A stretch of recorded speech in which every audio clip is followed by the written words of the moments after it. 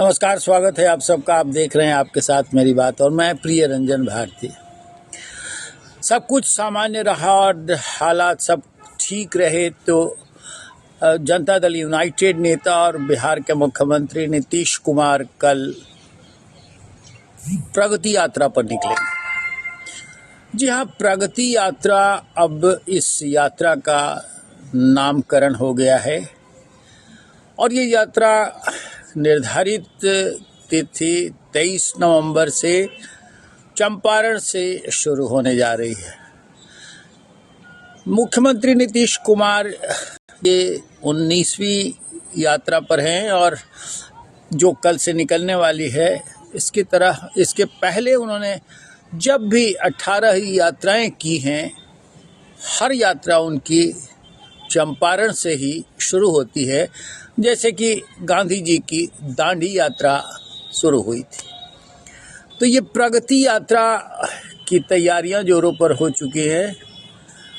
बेतिया यानी पश्चिम चंपारण का इलाका, जहां खूब साज सजावट की गई है, नीतीश कुमार के स्वागत की तैयारियां भरपूर की गई हैं। शहर को और उस रूट को दुल्हन की तरह सजाया गया है। साथ साथ तो उन क्षेत्रों को पूरी तरह से सुसज्जित कर दिया गया है जहां नीतीश कुमार जाने वाले हैं।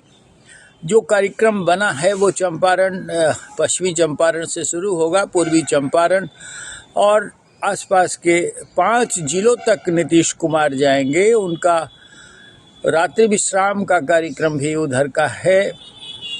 लेकिन ये यात्रा, जो पहले नामकरण जिसका था महिला संवाद यात्रा, उसका नाम बदल दिया गया और लालू प्रसाद यादव के तंज के कारण लगता ऐसा है कि नीतीश कुमार ने यात्रा का नाम बदल दिया है। पहले वो महिला संवाद यात्रा पर जाने वाले थे और महिला संवाद यात्रा प्रदेश भर में जाने वाली थी। महिलाओं की तरक्की के लिए और उनके विकास के लिए, उनके उत्थान के लिए, उनके विकास में सुनिश्चित भागीदारी बढ़ाने के लिए नीतीश कुमार इस यात्रा पर निकलने वाले थे। और अगले वर्ष जो विधानसभा के चुनाव होने हैं, उसके पहले इस यात्रा को बहुत महत्वपूर्ण इसलिए माना जा रहा था कि महिलाएं नीतीश कुमार का बड़ा अहम वोट बैंक है बिहार में। इन्होंने महिलाओं के विकास के लिए और उनके उत्थान के लिए न सिर्फ 33% आरक्षण की शुरुआत की, बल्कि स्कूली शिक्षा से आरंभ किया था।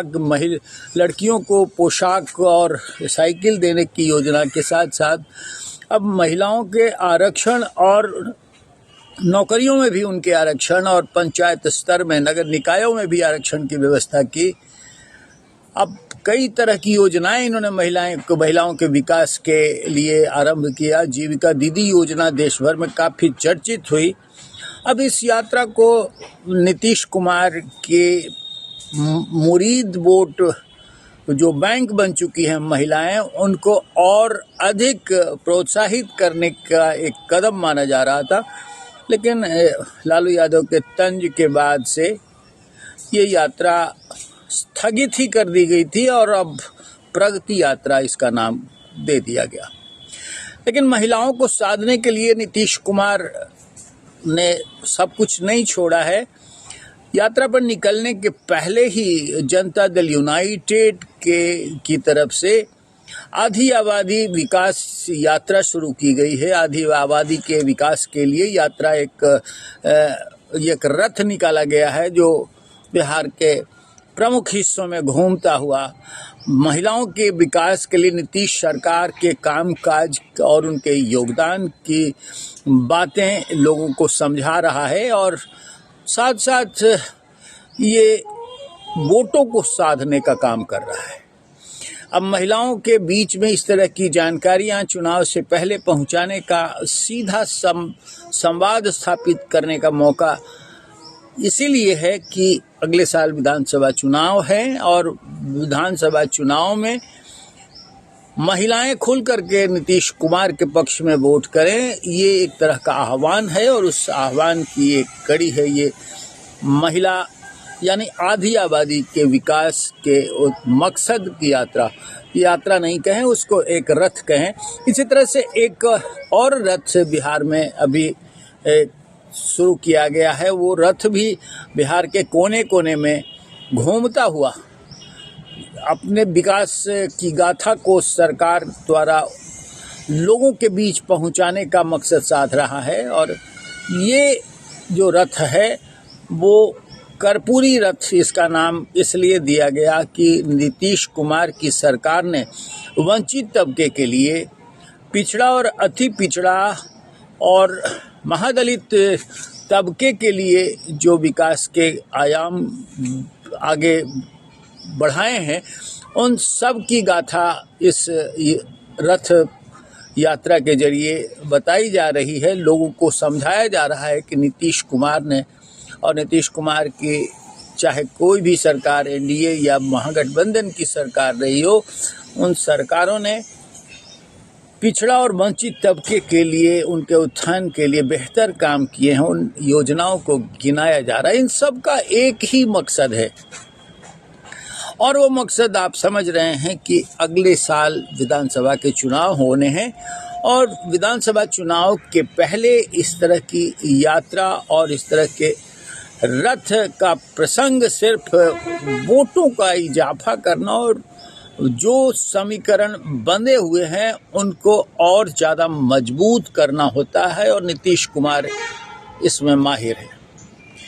अभी 2 दिनों पहले तक वो अस्वस्थ थे और अस्वस्थ की उनके होने की वजह से उनके कार्यक्रम रद्द कर दिए गए थे और ये माना जा रहा था कि नीतीश कुमार कब क्या करवट बदल सकते हैं। अरविंद केजरीवाल आम आदमी पार्टी के नेता की तरफ से जो चिट्ठी लिखी गई थी उसको लेकर के भी बहुत दूर तक बातें निकल आई थी और स्थगित होते कार्यक्रमों के कारण चर्चाएं चल निकली थी कि नीतीश कुमार शांति बनाए रखते हैं तूफान के पहले। और अक्सर होता यही है कि जब भी वो करवट बदलते हैं या फिर पाला बदलते हैं ऐसा कहें, तो उसके पहले आहट तक नहीं होने देते।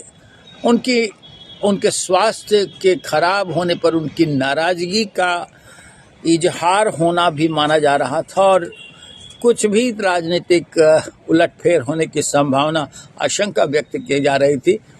लेकिन अभी सब कुछ अपनी पटरी पर चलता हुआ दिख रहा है और इसलिए मैंने कहा, आपसे संवाद स्थापित करते हुए ये कह रहा हूँ कि अगर सब कुछ ठीक रहा, सामान्य रहा, तो नीतीश कुमार की बहुप्रतीक्षित अब बदले हुए नाम के अनुसार प्रगति यात्रा कल से चंपारण से शुरू होगी। अब देखना ये महत्वपूर्ण होगा कि ये जिस मकसद से ये यात्रा शुरू की जा रही है उस मकसद में नीतीश कुमार और नीतीश कुमार के नेतृत्व वाली एनडीए सरकार को कितनी सफलता मिल पाती है, कितना ये सफल और कामयाब हो पाते हैं, ये सबका मूल्यांकन तो बस चुनाव के दौरान ही पता चलेगा और चुनाव के बाद फिर ये सामने सार्वजनिक हो जाएगा कि इन यात्राओं का मतलब जो था वो सध गया। अगर जनता इनके पक्ष में और जिस तरह से वोटों का समीकरण बढ़ाने की कोशिश की जा रही है, वो अगर समीकरण बढ़ता है तो माना जाएगा कि इसके सकारात्मक परिणाम सामने आए हैं। और इस तरह के परिणामों की आकांक्षा सिर्फ नीतीश कुमार को नहीं, हर पार्टी को रहती है और हर कोई ऐसा करना चाहता है। अभी बिहार में यात्राओं की धूम है, उधर विपक्ष के नेता तेजस्वी यादव भी अपनी यात्रा पर है। वो तरह तरह के जो झुनझुने अपना सकते हैं वो अपना रहे हैं। अब देखना महत्वपूर्ण होगा खास रूप से कि नीतीश कुमार की इस यात्रा का मकसद कितना हद तक इन्हें कामयाब कर पाता है। अब आप भी देखिए, लेकिन हम आपसे ज़रूर ये निवेदन करेंगे कि हमारे इस विश्लेषण पर अपनी राय जरूर दीजिए कमेंट बॉक्स में। हमारे वीडियो को लाइक कीजिए, शेयर कीजिए और हमारे चैनल आपके साथ मेरी बात को सब्सक्राइब करिए। फिर मिलते हैं किसी और विशेष विषय पर बात करेंगे। नमस्कार।